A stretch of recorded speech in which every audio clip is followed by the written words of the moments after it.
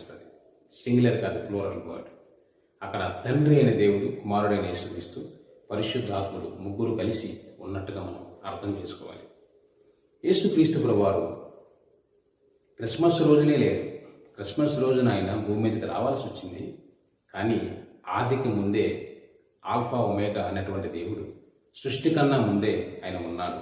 తండ్రితో పాటుగా ఉన్నాడు, పరిశుద్ధాత్మతో కలిసి ఉన్నాడు అని అర్థం చేసుకోవాలి. నిత్యయుగ తండ్రి అంటే నిత్యము నివసించే మహాదేవుడే ఉన్నాడు. Unlimited God. There is no boundaries for God. దేవునికి ఉనికి ఏంటంటే ఆయన ఎల్లప్పుడూ ఉండేవాడు, ఆయనకు అంతం లేదు. ఆదియు అంతము నేనే అనేటువంటి వాక్యం మనం చూస్తాం. కాబట్టి నిత్యుడుగు తండ్రి అంటే ఆయనకు మరణం లేదు.